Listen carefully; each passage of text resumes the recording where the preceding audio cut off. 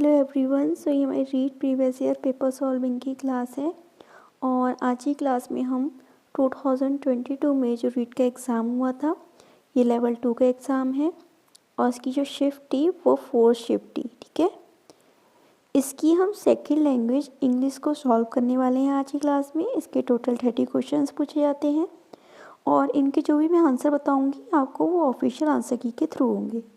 तो चलिए अपना पहला क्वेश्चन देखते हैं। You dash be ashamed of your self having made such a comment.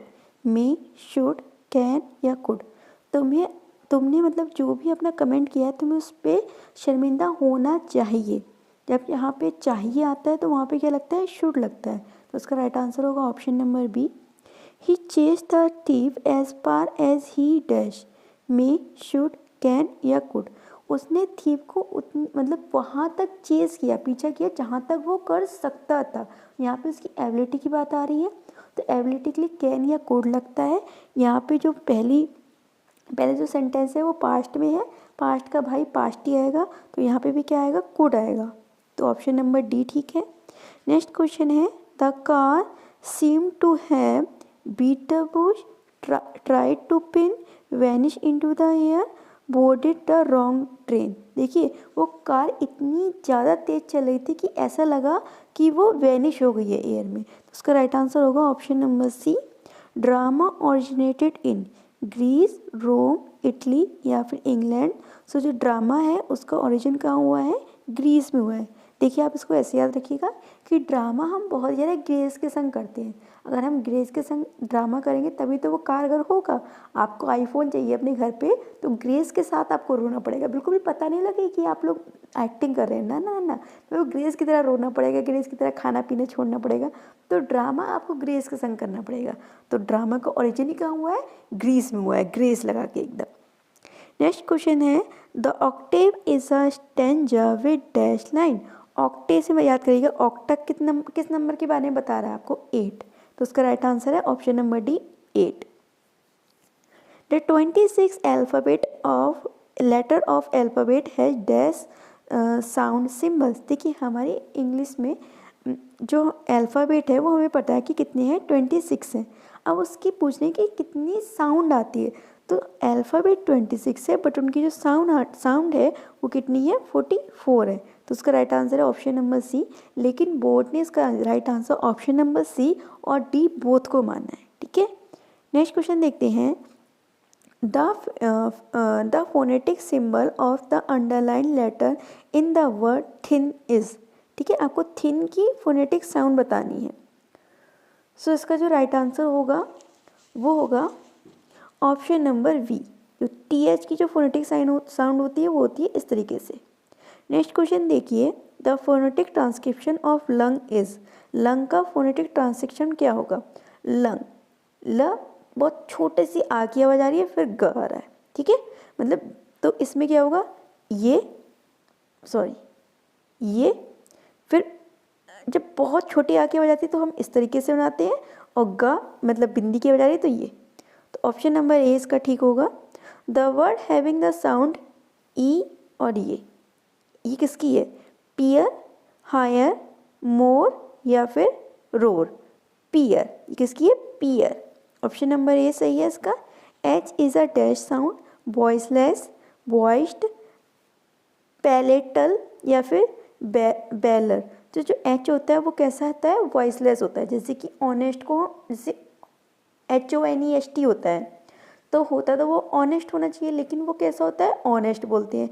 ऐसे ही हम हावर्स को हावर्स ना बोल के आवर्स बोलते हैं, तो एच क्या होता है, वॉइसलेस होता है। तो उसका राइट आंसर है option number A. Expression should be impressive, it is an imperative of accuracy and correctness, naturalness, measurement, evaluation. तो इसका जो राइट आंसर होगा वो होगा option number A. Next question है freedom on part of the speaker is essential dash is rationale of direct method, structural method, communicative approach या फिर substitution approach. देखिए फ्रीडम की बात कहाँ होती है, बच्चे को खुद छोड़ दिया जाता है सो डैट वो अपने ज्ञान का निर्माण कर सके, तो वो तो या फिर तो कंस्ट्रक्टिविज्म में होता है या फिर कम्युनिकेटिव अप्रोच में होता है। तो उसका राइट आंसर होगा option number C, communicative approach. Next question है, dash is a advantage of communicative approach, listening, speak ability, writing या फिर रीडिंग हैबिट। तो उसका जो राइट आंसर होगा वो होगा option number B, speak ability. Language has dash, script, gesture, feeling या फिर साउंड। तो लैंग्वेज में क्या होती है, साउंड होती है। आप मुझे क्यों सुन पा रहे हैं, क्योंकि मैं साउंड कर रही हूँ अपने माउथ के थ्रू। तो उसका राइट आंसर होगा option number D, sound.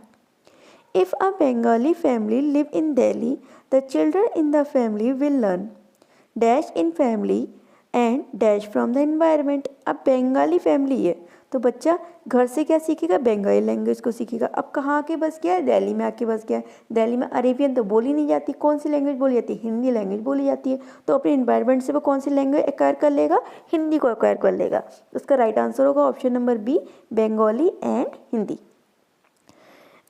Evaluation is done on 2 basis.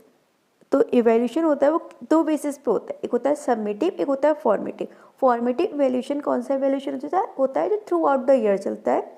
इसका मेन मोटिव ये होता है कि टीचर अब देख सके कि कहाँ लेके जा रही है, फिर उनको वो इम्प्रूव कर सके, ठीक है, फीडबैक दे सके स्टूडेंट को। और सबमिटिव जो होता है वो एंड ऑफ द टर्म होता है। बस इसका जो मेन मोटिव होता है वो बच्चों को ग्रेड दे देना होता है, उन्हें प्रमोट कर देना होता है, बस एक ठप्पा लगा देना होता है कि ये इम्प्रूवमेंट से रिलेटेड नहीं होता है। इम्प्रूवमेंट से रिलेटेड फॉर्मेटिव असेसमेंट होता है। तो उसका राइट आंसर है option number D, formative and submissive evaluation 2 प्रकार के होते हैं ये।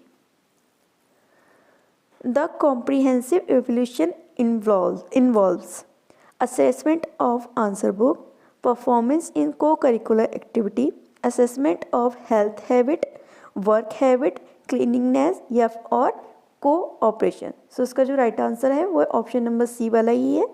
आप देखिए ऑल ऑफ द दीज देख के कभी भी आंसर मत ठोक दीजिएगा वहाँ पे, क्योंकि जो रीड है ना वहाँ पे all of the these answer बहुत कम होता है। अगर बिल्कुल आपको 99% लगे कि ना कि all of the these answer है, तब भी आप 1% के लिए बिल्कुल श्योर रहिएगा वहाँ पे, क्योंकि ये जो होते हैं ना ऑल ऑफ दीज वाले आंसर को कम टिक लगाते हैं। नेक्स्ट है, class management is a example of assessment, class magazines is an example of assignment, project work, written test या फिर स्पीच टेस्ट। तो जो क्लास मैगजीन है वो क्या किसका एग्जाम्पल है, प्रोजेक्ट वर्क का। तो उसका राइट आंसर होगा option number B. One of the objectives of the remedial work is to highlight weak students को हाईलाइट कर देना, ऐसा तो नहीं करते हम इसके through. Identify the cares who are lack in the studies, ये हो सकता है। Stop the weak and punish them, अच्छा स्पॉट कर लो उन्हें और फिर उनकी पिटाई करो। अच्छा ये तो बात ही नहीं होगी, पिटाई तो हमें करनी ही नहीं है, भले अपनी पिटाई कर लो, गुस्सा है तो अपने बाल नोच लो जाके। बच्चे को तो उंगली भी नहीं लगानी है आपको, उंगली तो छोड़ो बड़ी बड़ी आंखें करके भी नहीं दिखानी है न्यू एजुकेशन पॉलिसी के through. Make the weak student aware of their backwardness, बच्चों को ये याद दिलाओ, उसे ये एहसास कराओ कि भैया तू तो इतना बैकवर्ड है, इतना पीछे है, इतना पीछे है, इतना पीछे है, कुछ नहीं कर पाएगा, ये रियलाइज़ कराओ उसे। नहीं, ये भी नहीं होगा। तो उसका राइट आंसर क्या होगा, option number B. Next question है, remedial teacher should keep liaising with the parents to increase the weakness of the children, ensure the weakness of their children. ये इंश्योर करना कि इसमें सच में वीकनेस है, उसके मम्मी पापा से पूछ लो, घर पे भी तो ऐसा करता है या नहीं करता है कि स्कूल में आके करता है, ये तो आप नहीं करेंगे। Help in identifying the cause behind children's lagging, ये बात बिल्कुल सही है कि बच्चे क्यों लैग कर रहे हैं, इसके पीछे का रीज़न देखने। क्या पता उसे घर पे कुछ ऐसा एनवायरनमेंट मिलता हो जिसके थ्रू वो ये चीज़ें सीख रहा हो, या इस तरीके से वो पीछे रह रहा हो, थोड़ी इसकी मेंटली टेंशन हो, घर पे मम्मी पापा खूब खटपट लड़ाइयाँ करते हो। तो उसका राइट आंसर होगा ऑप्शन नंबर बी। 81 से लेके 85 तक के क्वेश्चन इस पैसेज पे डिपेंड है। चलिए इस पैसेज को रीड करते हैं। Almost the whole village spotted to watch the big boat being built at some time or the other. No one owned such a large boat or even worked on one. Perhaps they were just jealous, and that was why no one had a good work for it. They did not want to believe it would do well at sea, but they, in a way, we proved to.